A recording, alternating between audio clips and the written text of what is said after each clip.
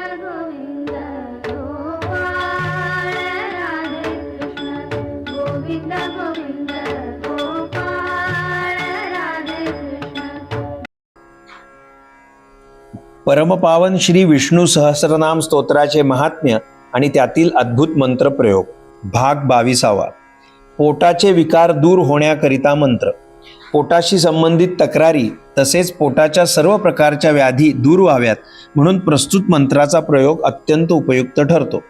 कोणतेही सश्रद्ध स्त्री पुरुष भाविक भक्त श्रद्धेने या स्वानुभूत सिद्ध मंत्राचा सांगितल्याप्रमाणे जप करून अनुभव घेऊ शकतात. भ्राजिष्णुर्भोजनं भोक्ता सहिष्णुर्जगदाजिजः अनघो विजयो जेता विश्वयोनिः पुनर्वसुः.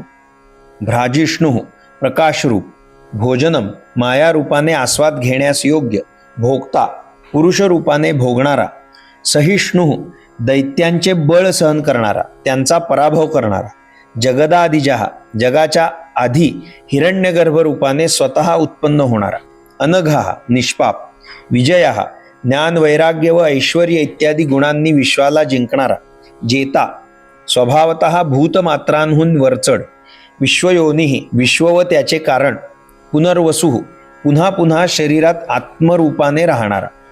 आपली अपेक्षित कार्यसिद्धी होईपर्यंत या मंत्राचा स्नानानंतर शुचिर्भूत अवस्थेत एका जागी बसून श्री भगवंतांची त्याप्रमाणे मनोभावे प्रार्थना करून रोज 108 वेळा मनातल्या मनात प्रेमादरपूर्वक जप करावा आणि अनुभूती घ्यावी.